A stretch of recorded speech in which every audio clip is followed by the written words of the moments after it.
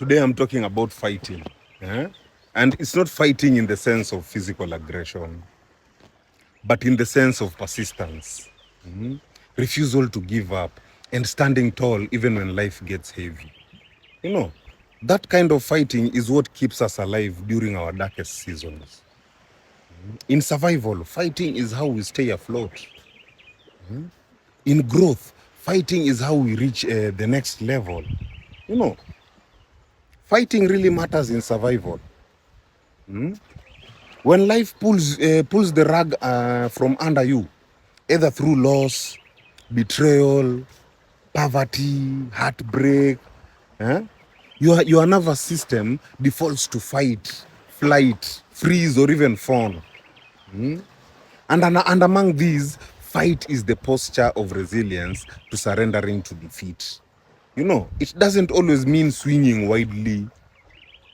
Sometimes it looks like getting out of bed despite depression. Applying for jobs after 15 rejections. Setting boundaries even when you are scared. Writing, healing, showing up even when no one claps.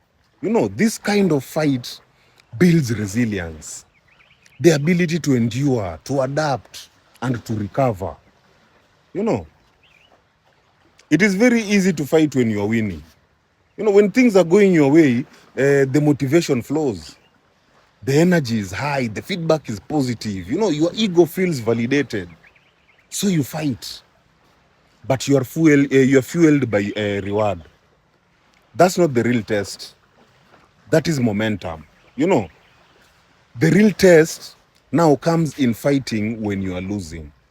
That is the real test of character and emotional stamina. It is what you do when it feels like nothing is working. You know, when you are doing the right thing but seeing no results. When you are consistent but still doubting your value. When you are healing but still hurting. When you feel forgotten but you keep going.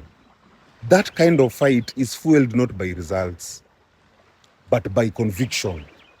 It is a quiet, private, and kind of bravery.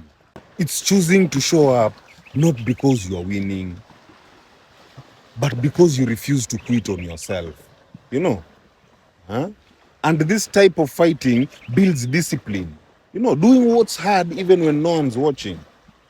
It builds faith, believing in something better is ahead, even when evidence is scarce or even close to none. 3, it builds endurance, building strength that doesn't depend on external encouragement.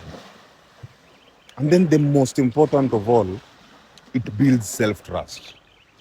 The deep knowing that even in loss, you are not lost. You know, all you need to know is you need to know what you're fighting for.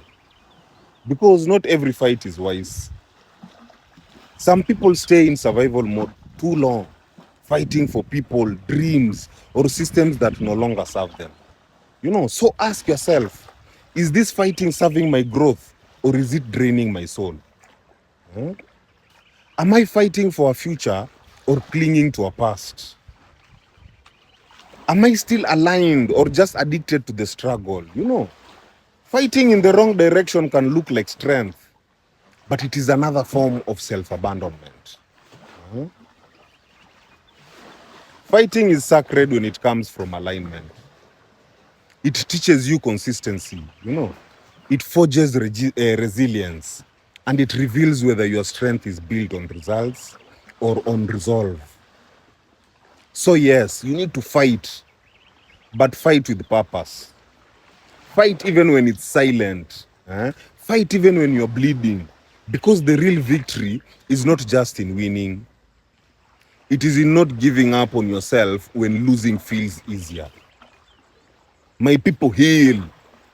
Heal.